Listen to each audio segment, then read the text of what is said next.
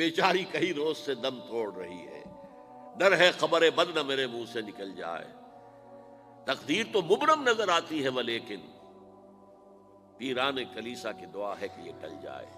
تو پہلی بات میری ختم ہوئی، عالمی نظام خلافت دنیا کی تقدیر مبرم ہے، ہو کر رہے گی، اس میں کسی صاحب ایمان کو کوئی شک، کوئی شبہ، کوئی ریب نہیں ہونا چاہیے۔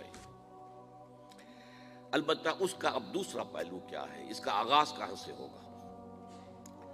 پہلی بات تو یہ، ہمارے بعض لوگوں کے ذہنوں میں، سادہ دل لوگ وہ سمجھتے ہیں کہ پوری دنیا میں ایک ہی دفعہ آ جانی چاہیے۔ یہ کوئی علاقائی خلافت تو نہیں ہو سکتی، خلافت تو عالمی ہوتی ہے۔ ان سے میں کہتا ہوں عالمی خلافت کب تھی جناب؟ یہ تو نہ خلافت راشدہ میں عالمی تھی، کیا ہندوستان شامل تھا اس میں؟ کیا چین شامل تھا؟ کیا یورپ شامل تھا؟ اور پھر جو خلافت کے نام سے جو ملوکیت چلی ہے وہ بھی صرف آپ دور بنو امیہ میں کہہ سکتے ہیں کہ وہ پورا عالم اسلام کم سے کم اس کے تحت تھا۔ بعد میں خلافت عباس، بنو عباس میں، اور فاطمیین کی خلافت میں، اور آل عثمان جو ہیں آٹومان ٹرکس کی خلافت میں ٹکڑے تھے، حصے بکھرے تھے، کوئی مانتا تھا کوئی نہیں مانتا تھا۔ اور سب سے بڑی بات یہ، اگر ایک دم پوری دنیا پر خلافت قائم ہو سکتی تو حضور کے دست مبارک سے ہوتی، لیکن نہیں ہوئی۔ نتیجہ کیا نکلا؟ ایک ملک میں حضور نے قائم کر دی، جزیرہ نما عرب، یہاں خلافت قائم ہو گئی، حضور خلیفہ ہے۔ اس کے بعد آپ کے خلفائے راشدین نے پھر اس کو وسعت دی، شرقاً غرباً شمالاً، 3 کالمز نکلے ہیں فوجوں کے، صحابہ کرام کے، 3 کالمز، ایک ایسٹ ورڈ، ایک ویسٹ ورڈ، ایک نارتھ ورڈ۔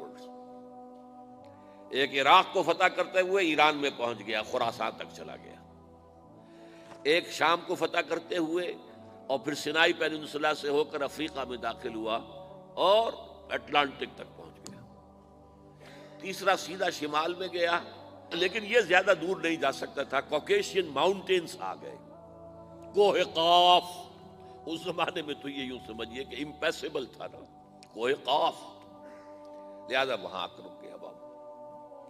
اب بھی یہ ہوگا، کسی ایک جگہ سے شروع ہوگا پھر پھیلے گا، اس کے سوا کوئی چارہ کار ہے ہی نہیں۔ اگر ہر جگہ پوری دنیا میں ایک ہی وقت میں ہو سکتا تو حضور کے دست مبارک سے ہوتا صلی اللہ علیہ وسلم۔ اب وہ نقطہ کون سا ہوگا، نقطہ آغاز کون سا ہوگا؟ اس میں پہلی بات تو میں نے کہا، جو شک کرے گا اس کا پھر ایمان مشکوک ہے، ہوگا، لازماً ہوگا، گلوبل ہوگا، پوری دنیا میں ہوگا۔ کہاں سے شروع ہوگا اس میں آپ اختلاف کر سکتے ہیں، لیکن مجھے تو 2 حدیثیں تو ملی ہیں جن سے یہ اندازہ ہوتا ہے کہ یہ اس مشرقی خطے سے ہوگا، عرب کے مشرق کی جانب کسی ملک سے ہوگا، کسی خطے سے ہوگا۔ وہ حدیثیں بھی اب آپ پڑھ لیجیے پہلے، پھر میں کہہ رہا ہوں یہ خزانہ ہے جو ہم نے آپ کی خدمت میں پیش کیا ہے، کاش کہ آپ اس کی قدر کر سکیں، یہ حدیثیں آپ کو ازبر ہو جائیں، یاد ہو جائیں، لوح قلب پر نقش ہو جائیں۔ ہندوستان اور خراسان یعنی موجودہ افغانستان کا ذکر ابن ماجہ کی روایت ہے، عن عبداللہ ابن الحارث رضی اللہ تعالی عنہ قال رسول اللہ صلی اللہ علیہ وسلم یخرج ناس من المشرق یوطئون للمہدی یعنی سلطانہ، یعنی سلطانہ، دونوں طرح سے پڑھ سکتے ہیں۔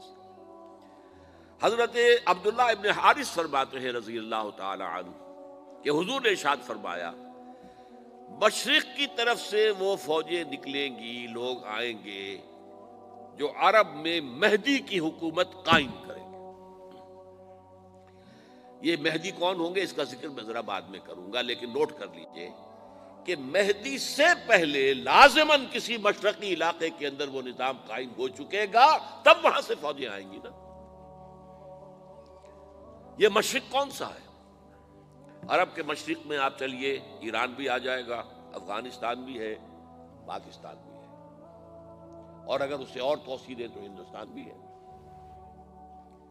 یہ ہے عرب کا مشرق، اس سے فوجیں جائیں گی۔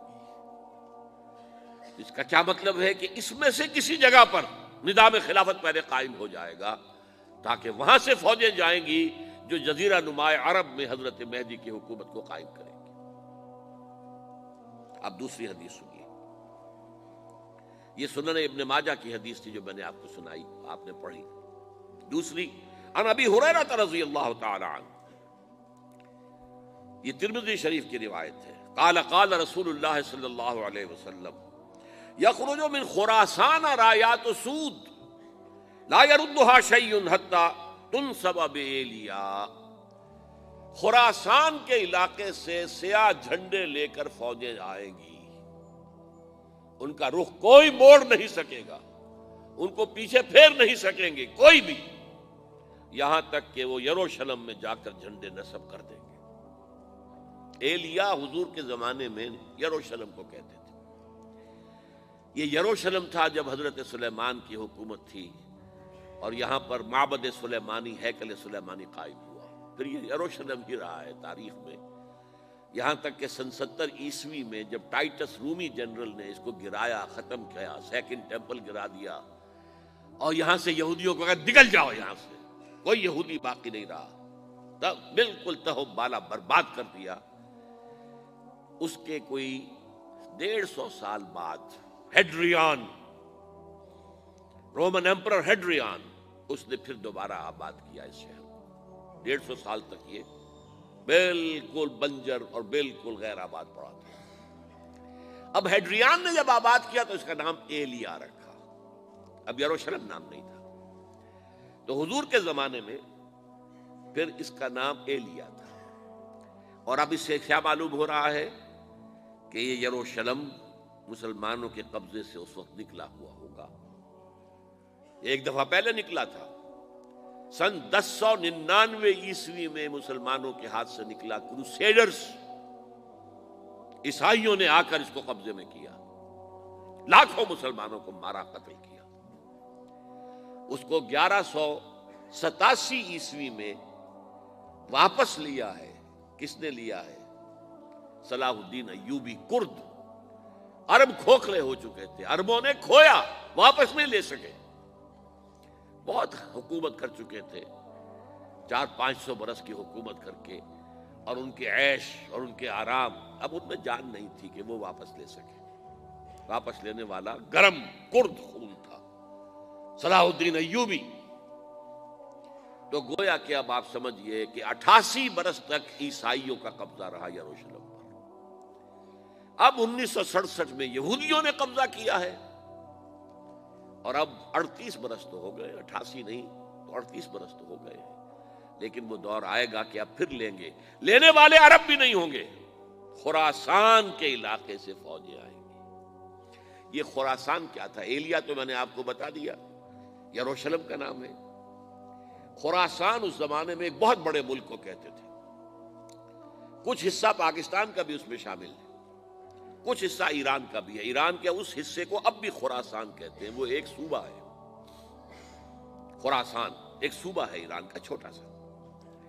پاکستان میں خاص طور پر یہ جو علاقہ مالا کنڈ ایجنسی کہلاتی ہے، اس سے اوپر جتنا علاقہ ہے، اور یہ جو واخان کی ایک پٹی آتی ہے اوپر، واخان افغانستان کی ایک پٹی سی دم سی چلی آتی ہے جو جا کر چائنا کی سرحد سے مل جاتی ہے، یہاں سے لے کے یہاں تک یہ جو مالا کنڈ کا وہ درہ ہے اور پہاڑ ہے، یہ بھی خراسان کا حصہ ہے۔